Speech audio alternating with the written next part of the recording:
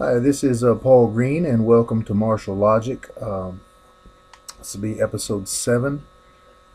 I had intended on doing a different episode with this one, but I decided to put it off a week.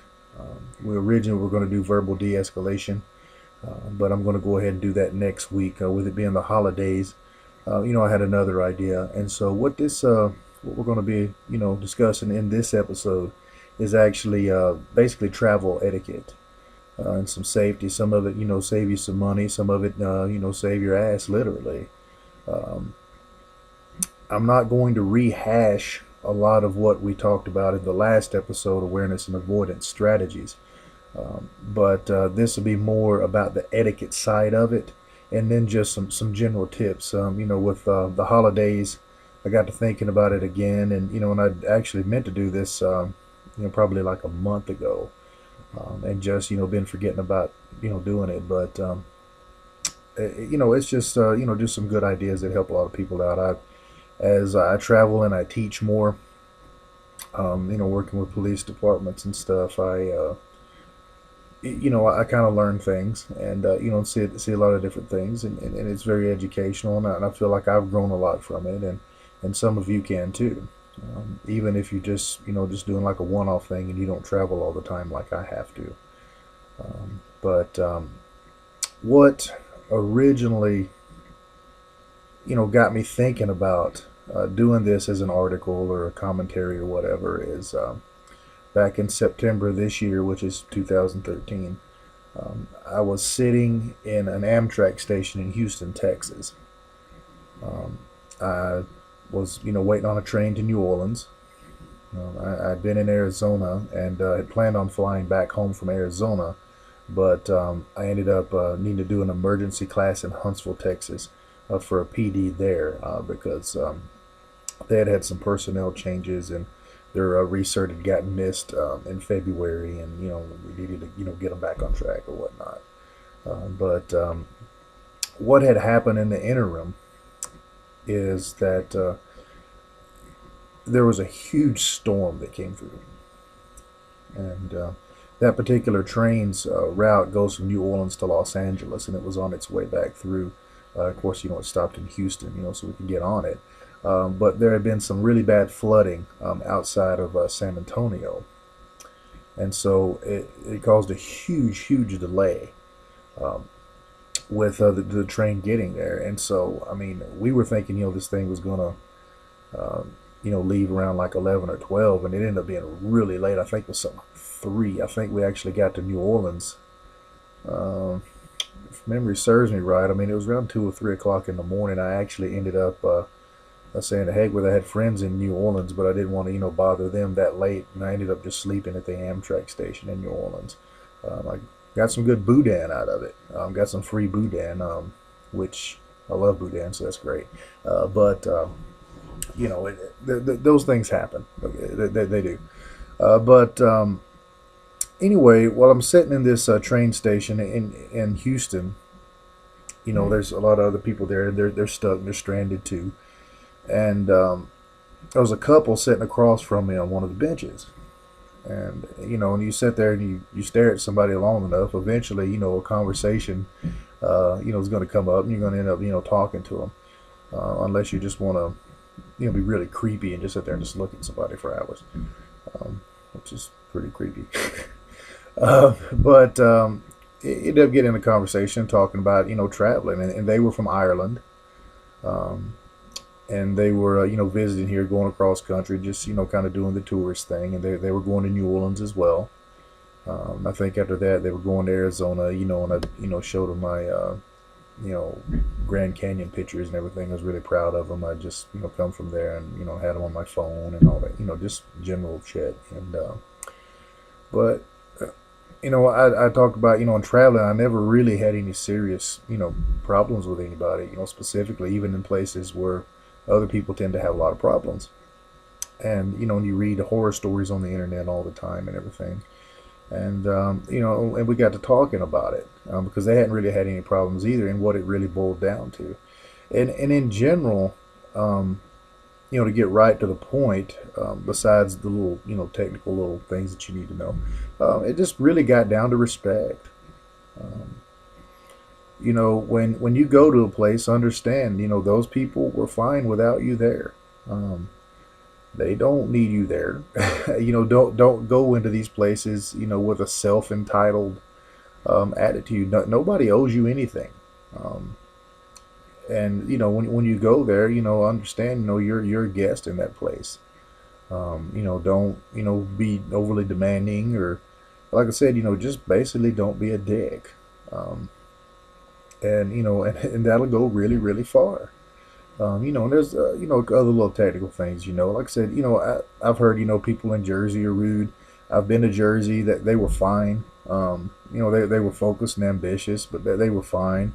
I've heard people in California are rude, and I've been to Northern California, and they were actually really, really nice. Been to certain parts of Southern California out in the desert, and they were nice. They all said bad things about Los Angeles, but maybe Los Angeles is okay. I don't know. I haven't been there. I can't say. Um, but people have generally been really nice. Or been, and I think it's a reflection of the way that you treat them. And as I said, a lot of the general awareness and avoidance strategies, from the last episode would go well with this one. But just to give you some tips to save some money, and then we'll go on some of the criminal things. When you go to like book stuff online, shop around. Your Orbitz, your Kayak, or Travelocity or Expedia, or whatever. There's 100 different travel sites that you can look at. When you're booking a hotel, always read the reviews.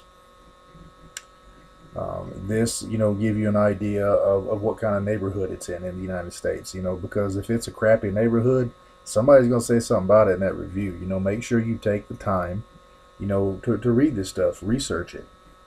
If you're flying to a place, if there's any way possible, you always can't do it, but if you can, and you're having to pay for it yourself, book your flight there on a Wednesday, book your flight back on a Monday. No, excuse me, a Tuesday. Book your flight back on a Tuesday. The fares tend to be cheaper. Also, the fares tend to be cheaper at bigger airports than smaller airports. I live in Athens, Alabama. We have an international airport 15 minutes from where I live. But I still drive to Nashville or Birmingham to fly, because the tickets to fly out of Huntsville International are just ridiculously huge.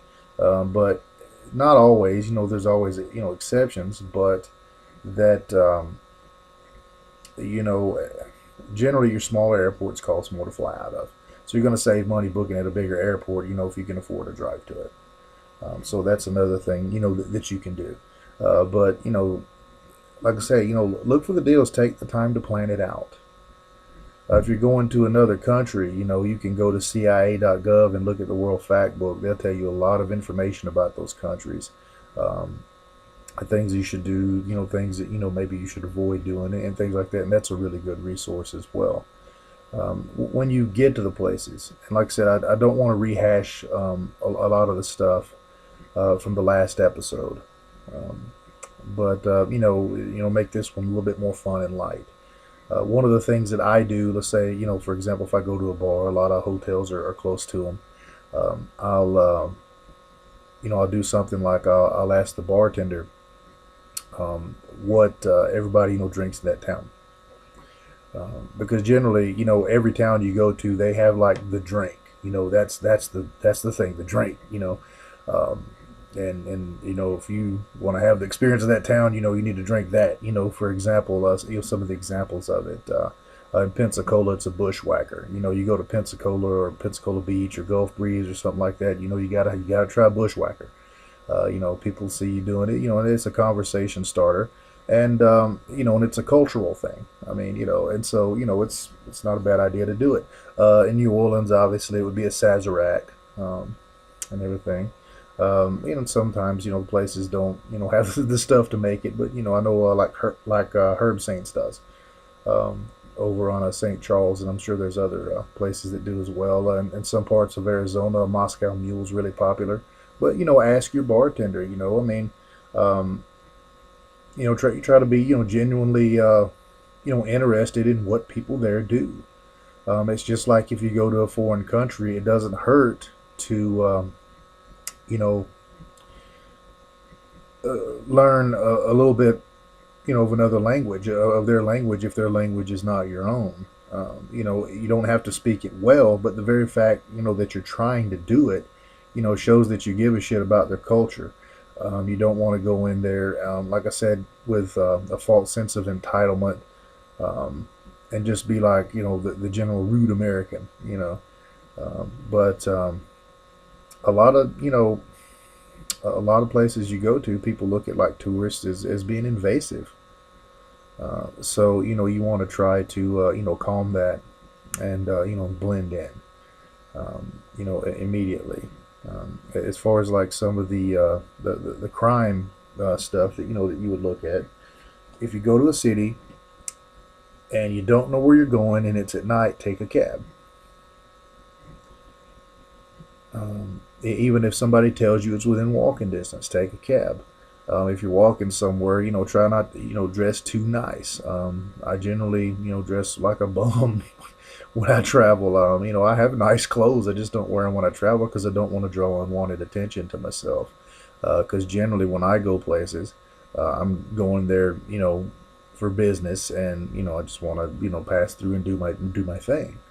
Um, but those are a couple of things, that'll help you out. Um, you may go to a place where you need to rent a car. Oh wait, one more thing. If you're going to something like Mardi Gras or in various places, I know they have it in like Galveston and Lake Charles and New Orleans, and they have it in Mobile and everything else. One thing to be leery about also is when crowds get bunched up. It's the same for the Loop in Chicago. The Loop is where the Sears Tower is. I think it's Willis Tower or something now, but I'm still going to call it the Sears Tower. Um, but in that general area, for example, let's say like in Mardi Gras, and when I say crowds bunching up, I don't mean like like at a club or something like that. I mean like the flow of traffic getting interrupted, because that can be a real haven for pickpockets. Something that you would see in Mardi Gras, for example, would be you're walking through and a woman like on a balcony or whatever lifts her shirt, shows her boobs off or whatever. Well, the crowd stops to look at them, and what that does is it gets the sidewalk congested, and then that becomes a haven for pickpockets, to go through there and rob people, and people already pressing up against each other and everything, so it just makes it easy for them. It's the same reason, like I said, in the Loop in Chicago, police don't let people just sit down on the sidewalk. I mean, I think one cop overheard him telling the guy, hey, it's a sidewalk, not a side sit. You need to be moving. Because they don't want the flow of traffic to get interrupted and get bunched up to where, you get robbed and don't even know it, until you're back to your hotel and, oh shit, I ain't got no money.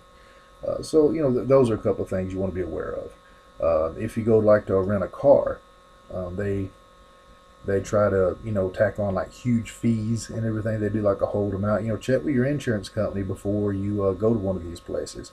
I know Geico here, which is who I use, covers rental cars as long as you kept them for under 30 days. And so when they ask you, do you want to get the insurance, the answer is no, because it's like really really expensive, and they price gouge you. Those are a few things that would help you out. But at the same time, what I would encourage you to do, is read about some of the places. Like I said, even within the United States, even if you're not going out of the country, read about some of these places. A lot of them are very culturally significant. You end up making friends, if you just make the effort to do it, to understand something about somebody else's culture. A lot of people in the United States don't think about it, but you go to different parts of the country and you have different cultures, just like one country to the next, and the culture tends to change, depending upon where you are in the country. I mean, I live in the southeast. The culture here, though, people in general are the same. Don't get me wrong; we all want and need the same things, and so at the core we're the same. But there's little cultural differences. That are different slants on stuff. The Southeast is different from California. Um, Even in Arizona, it's different than, let's say, Pennsylvania, or something like that. And you can actually learn a lot, to help you, grow intellectually and grow as a person, from the experience to take time and learn about these cultures. And you'd be really rewarded for it. I know I got, two good friends in New Orleans, because of it. I went there. It was the second time that I'd been in New Orleans. And